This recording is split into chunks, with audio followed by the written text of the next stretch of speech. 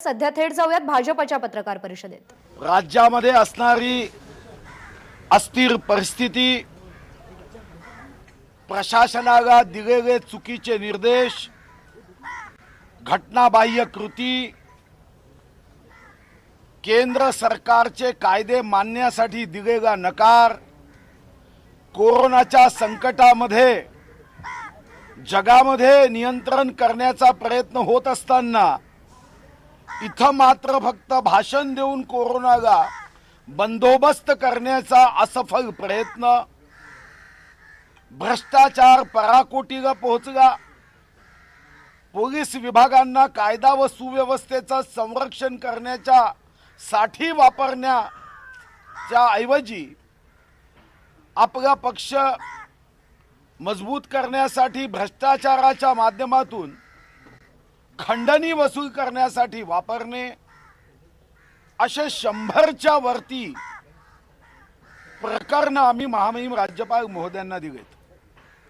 महामहिम राज्यपाल महोदयांना माननीय विरोधी पक्ष नेते देवेंद्र फडणवीसजींच्या नेतृत्वामध्ये आम्ही विनंती केली की या संदर्भातला अहवाल प्रशासनाकडून मागण्याची आवश्यकता आहे। माननीय मुख्यमंत्री महोदय हे राज्याचे वास्तविक प्रमुख आहेत, तर महामहिम राज्यपाल महोदय हे घटनात्मक प्रमुख आहेत। या घटनेच्या चौकटीत जर राज्य सरकार कृती करत नसेल, प्रशासन दबावात असेल, सत्तेचा आतंक मंत्रालय व प्रशासकीय अधिकाऱ्यांवर असेल, तर या दृष्टीने अहवाल घेण्याची आवश्यकता आहे। राज्य सरकार या कोरोनाच्या संकटात जनहिताची कामं करण्यामध्ये पूर्णपणे असफल ठरला आहे। गोरगरीब, दीनदुर्बल, शोषित व्यक्ती हतबल झाला आहे आणि अशा प्रसंगात राज्य सरकारने आपले कार्य योग्य पद्धतीने, सुचारू पद्धतीने करावे।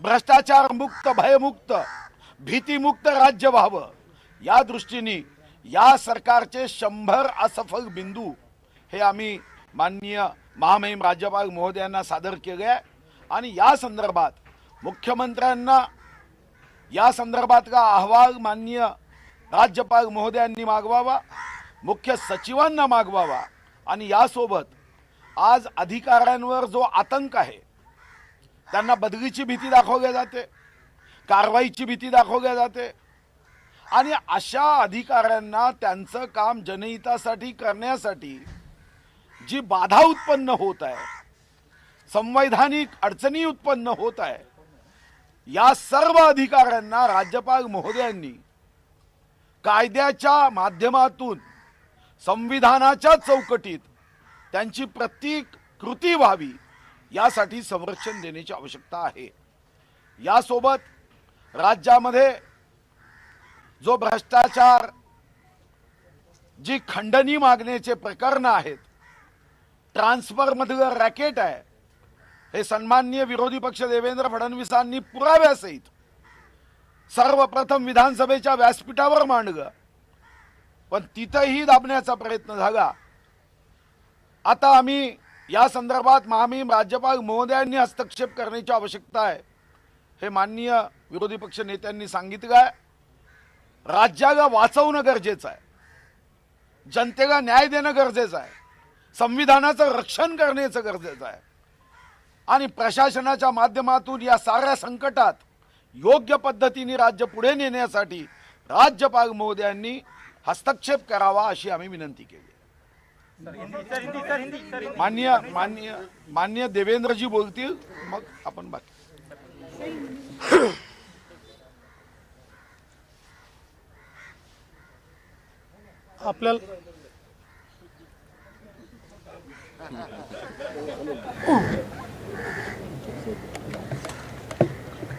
आपल्याला कल्पना आहे की ज्या प्रकारच्या घटना गेल्या काही दिवसात बाहेर येत आहेत, ही अत्यंत चिंताजनक आहेत आणि याच्यामध्ये सर्वाधिक चिंताजनक गोष्ट काही असेल तर या घटनांवर मुख्यमंत्र्यांचं मौन।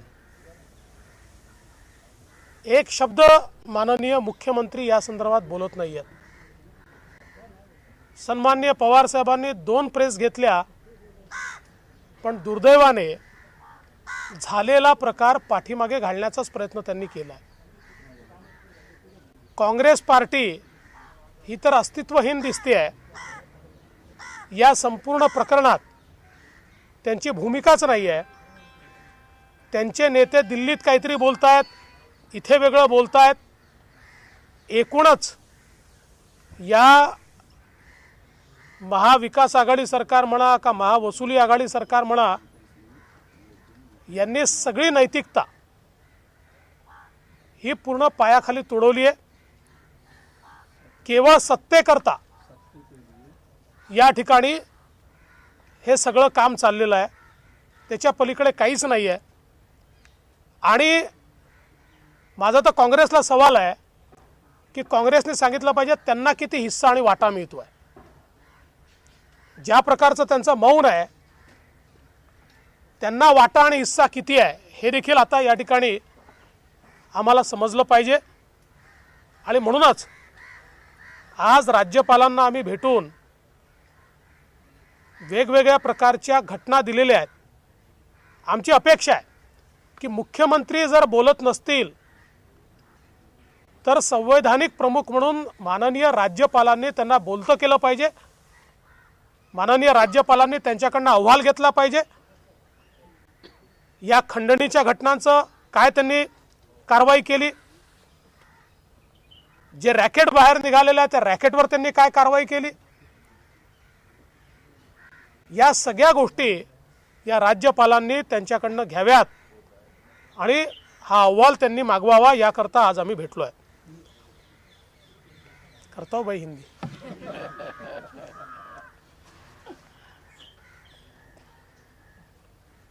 महाराष्ट्र में जिस प्रकार की घटनाएं हो रही है, चाहे पैसे की उगाही की घटना हो या ट्रांसफर्स का रैकेट हो, ये सारी घटनाएं दुखदाई है, आश्चर्यचकित और अचंभित करने वाली इस प्रकार की ये सारी घटनाएं महाराष्ट्र में हो रही है. किंतु इसमें सबसे आश्चर्य की बात अगर कोई है तो वो है मुख्यमंत्री जी का मौन. इतनी सारी घटनाएं होने के बावजूद महाराष्ट्र के मुख्यमंत्री जी ने उसके ऊपर एक बयान भी नहीं दिया. पवार साहब ने 2 प्रेस ली, किंतु जो मंत्री है उनको केवल बचाने का प्रयास पवार साहब ने किया. पवार साहब ने कहा कि मूल घटना की ओर देखिए. मूल घटना तो देखनी पड़ेगी, पर मूल घटना के आड़े आप भ्रष्टाचार को नहीं छिपा सकते. वो घटना जितनी महत्व की है उतनी ये भी घटना महत्व की है. हाँ, ये हम जरूर मानते हैं कि जो मूल घटना है उसका तो पर्दाफाश होना ही चाहिए, पर उसके साथ साथ उसको आड़ में लेकर आप ये जो हफ्ता वसूली की घटना है, ट्रांसफर्स का रैकेट है, इसको आप रोक नहीं सकते. उसकी भी जांच होनी चाहिए. और इस सरकार में कहीं पर भी नैतिकता नहीं दिखाई पड़ती, क्योंकि इतना बड़ा रैकेट बाहर आने के बाद जिन्होंने बाहर लाया उन पर तो कार्रवाई की गई, लेकिन जिन्होंने रैकेट किया उनके ऊपर कोई कार्रवाई नहीं है और कार्रवाई की बात भी नहीं है. उसके ऊपर हम कोई कार्रवाई करेंगे इस प्रकार की चर्चा भी नहीं है. और इस महावसूली सरकार में कांग्रेस पार्टी का क्या अस्तित्व है हमको तो समझ में नहीं आता. पर यह ध्यान में आता है कि शायद ये जो हफ्ता वसूली हो रही है इसमें बड़ा हिस्सा उनको भी शायद मिल रहा होगा, इसलिए वो मौन है, वो कुछ कह नहीं रही है. और इसलिए हम उनको भी पूछना चाहते हैं कि भाई आप भी बता दीजिए कि आपकी जितनी सत्ता में हिस्सेदारी क्या उतनी हफ्ते में हिस्सेदारी है. कुल मिलाकर इस सरकार ने पूरी तरीके से नैतिकता को छोड़ दिया है, लोकतंत्र को छोड़ दिया है और मनमानी हम सरकार चलाएंगे, हफ्ता भी वसूल करेंगे, ट्रांसफर का रैकेट भी करेंगे, और ये सारी चीजें होते हुए कोरोना की ओर तो इस सरकार का ध्यान ही नहीं है। जिस प्रकार से कोरोना की केसेस महाराष्ट्र में बढ़ रही है, देश का एपिसेंटर कोरोना बना है, और मैं समझ नहीं पाता कि महाराष्ट्र में ही इतना कोरोना क्यों बढ़ रहा है। सरकार इस पर क्या करती है? क्या सरकार ने इस पर उपाय किया है? मुझे लगता है ये भाषण देने की बात नहीं है, एक्ट करने की बात है। और इसलिए राज्यपाल जी को हमने ये कहा है, हमारे सुधीर भाऊ मुनगंटीवार जी ने 100 घटनाएं राज्यपाल जी के ध्यान में लाकर दी है कि जिसमें सरकार ने संवैधानिक जिम्मेवारी का पालन नहीं किया है।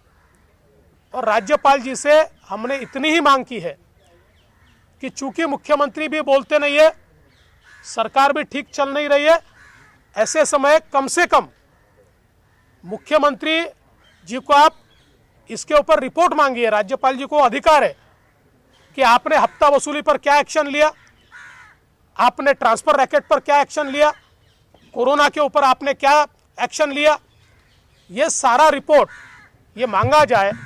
इस प्रकार का निवेदन हमने माननीय राज्यपाल जी को दिया है। सर, तुम्ही काल दिल्लीमध्ये भेटला, पण दिल्लीमध्ये जो अहवाल तुम्ही दिला होता त्या अहवालामध्ये काहीही दम नाही, ती भिजलेली लवंगी फटाका आहे अशा प्रकारची संजय राऊत हे आमचा रिपोर्टरने विचारलं पहिला।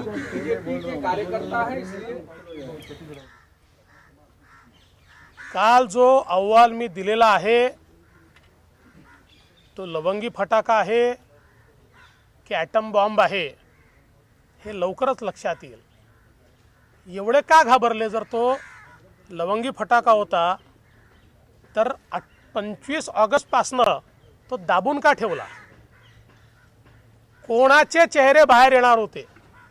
हा अहवाल बाहेर आल्यानंतर नेमके कोणाचे चेहरे बाहेर येणार होते, नेमके कोण याच्यामध्ये लिप्त आहेत आणि म्हणून त्यांना वाचवायला तुम्ही तो दाबून ठेवला, हा माझा प्रश्न आहे। आणि म्हणून लवकरच यातलं सत्य बाहेर येणार।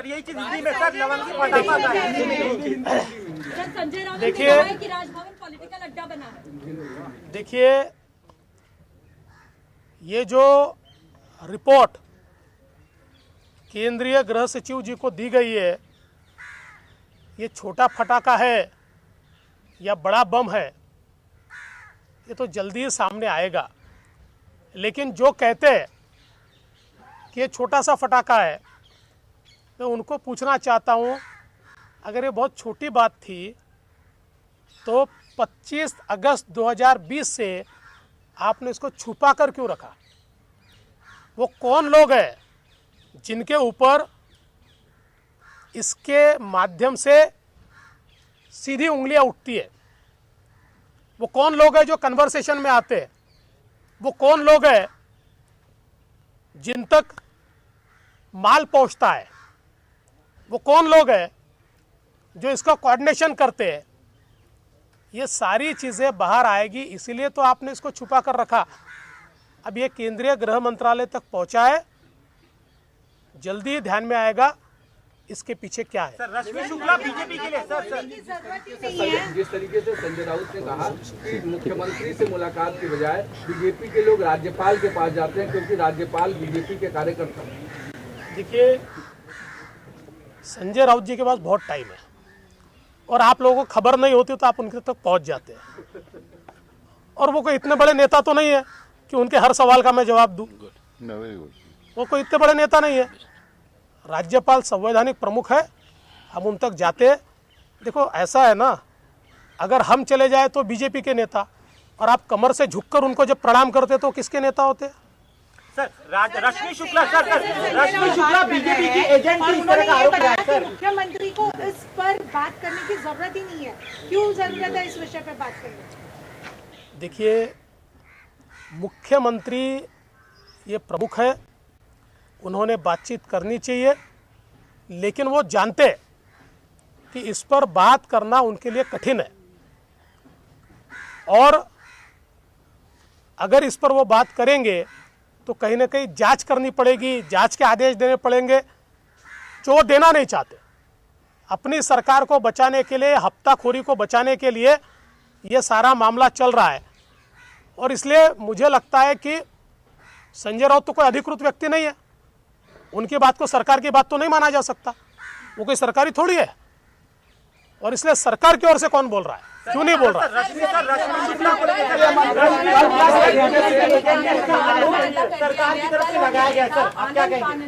देखिए, कोई अधिकारी अगर सच कहे तो बीजेपी का एजेंट और हफ्ता वसूल करके दे तो क्या शिवसेना का एजेंट?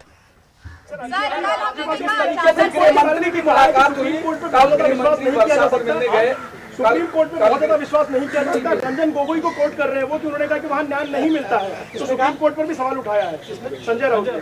छोड़ दिए, कौन है भाई वो? काँग्रेस कोई इतने बड़े आदमी थोडी आहे। काँग्रेसची काल बैठक झाली। समोर येते की काही नेत्यांचा त्याला विरोध आहे, पण भूमिका मात्र कुठे घेताना दिसत नाही। एक मिनिटभरात काँग्रेसची पत्रकार संपली। चोर चोर मौसेरे भाई हे सगळे एकत्रित आहेत। हे फक्त बातम्या सोडतात की काँग्रेसच्या बैठकीत चिंता जाहीर केली। सगळ्या हप्ता वसुलीत सगळे सोबत आहेत।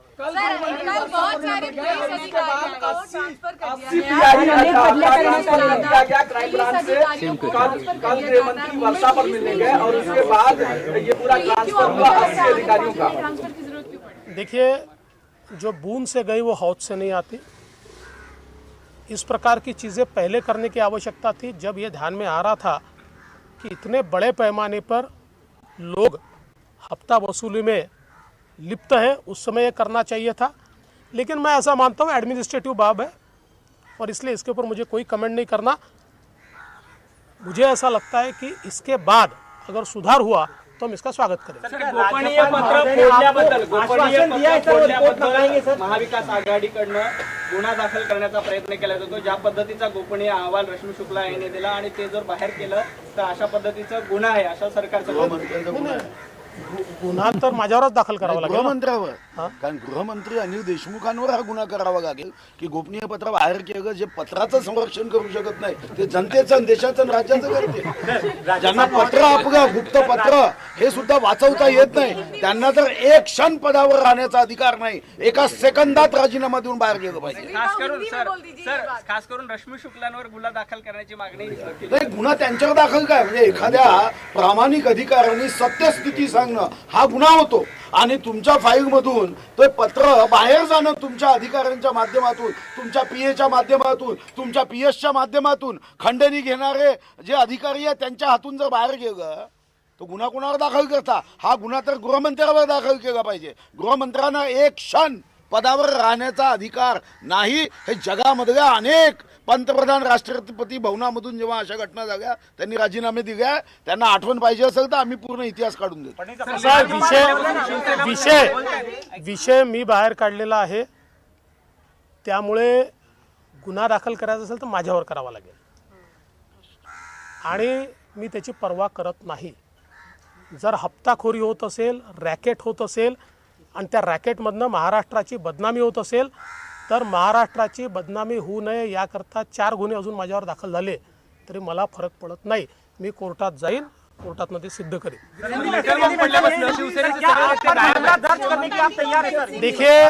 देखिए कोई भी इस मामले में एफआईआर भी दर्ज हुआ तो मैं उसकी परवाह नहीं करता।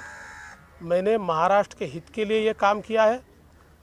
जो एक प्रकार से गुनाह हुआ था और उस गुनाह को छुपाया गया था, 25/8 को रिपोर्ट जाने के बाद कॉग्निजेबल ऑफेंस हुआ था और उस कॉग्निजेबल ऑफेंस को छुपाने का काम इस सरकार ने किया था। उसको अगर मैंने उजागर किया है और महाराष्ट्र की प्रतिष्ठा को बचाने का काम किया, ये अगर गुनाह है तो ऐसे 4 गुनाह मैं और करूँगा और मैं कैसे सही हूँ ये मैं न्यायालय में जाकर बताऊंगा।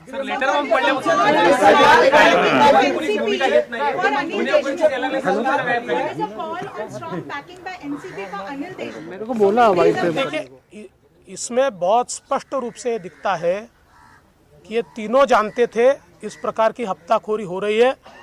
ये तीनों पार्टियों को पता है कि इसमें का सत्य बाहर आया तो तीनों का चेहरा खुला हो जाएगा इसलिए वो उनको बैक कर रहे हैं। सर याला लागून मनसुख हत्या प्रकरणामध्ये सर मनसुख हत्या प्रकरणाची राज्यपालांची भेट घेतल्यानंतर भाजपच्या नेत्यांनी पत्रकार परिषद घेतलेली आहे। राज्यामधले महत्त्वाचे 100 मुद्दे 100 घडामोडी राज्यपालांच्या निदर्शनास आणून दिलेल्या आहेत असं भाजपच्या नेत्यांनी सांगितलंय। कोरोना परिस्थिती हाताळण्यामध्ये राज्य सरकार अपयशी ठरलेलं आहे अशी टीका करण्यात आलेली आहे। काँग्रेस पक्ष या सगळ्या घडामोडींमध्ये अस्तित्वहीन दिसतोय असं टीकास्त्र सुद्धा फडणवीसांनी सोडलेलं आहे। राज्यामधले काँग्रेसचे नेते वेगळंच बोलतात, दिल्लीमधले काँग्रेसचे नेते वेगळंच बोलतात असं सुद्धा फडणवीस म्हणालेले आहेत। संविधानिक पद्धतीने राज्य सरकार चालवण्यासाठी राज्यपालांनी हस्तक्षेप करावा अशी मागणी राज्यपालांची भेट घेऊन या भाजपच्या नेत्यांनी केल्याचं कळतंय। आणि यासोबतच गेल्या काही दिवसांमध्ये राज्यामध्ये ज्या काही घडामोडी घडतात त्यावर सुद्धा भाजपच्या नेत्यांनी भाष्य केलेलं आहे। महाविकास आघाडी सरकारवरती जोरदार टीका केली आहे। एबीपी माझा, उघडा डोळे बघा नीट।